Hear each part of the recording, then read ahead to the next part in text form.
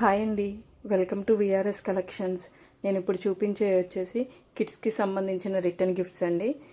ఇవి వచ్చేసి ఇన్స్టాగ్రామ్లో ట్రెండింగ్ ఉన్నాయండి, అందుకే నేను కూడా తెప్పించాను.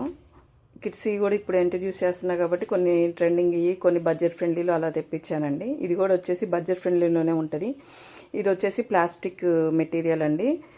ప్రెస్సింగ్ వస్తుంది పైన. దీని లోపల వచ్చేసేసి మనకి 1 pencil, 1 eraser, sharpener, scale and ఒక చిన్న బుక్ లాగా ఉంటుందండి.